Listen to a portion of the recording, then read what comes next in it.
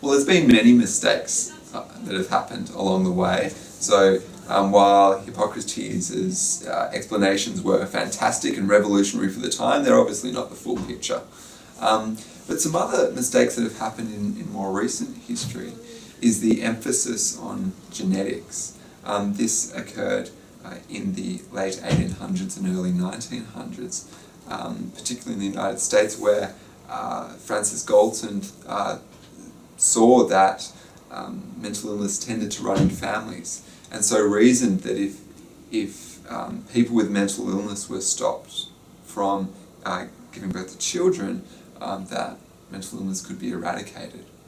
And while it's true that some mental illnesses do have genetic links, for example, obsessive-compulsive disorder and schizophrenia do run in families, it's certainly not the entire explanation.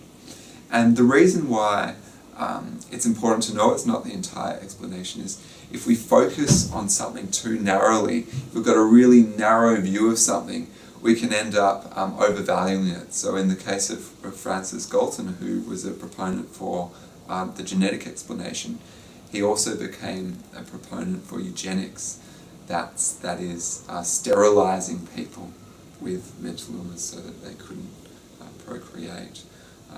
And so thousands upon thousands of people in the United States were sterilized against their will, which today we see as barbaric.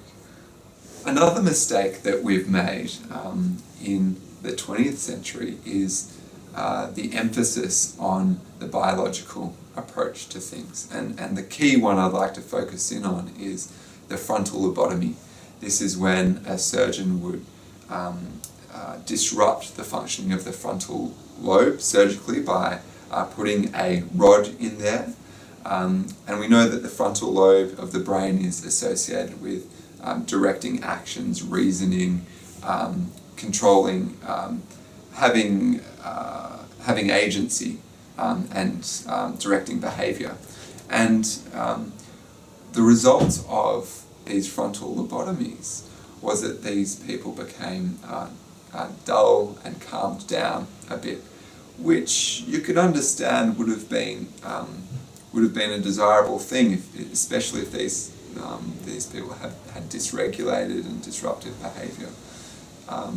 Certainly, back when they were doing frontal lobotomies, they didn't have medications, sedative medication, so they had to rely on pretty barbaric means.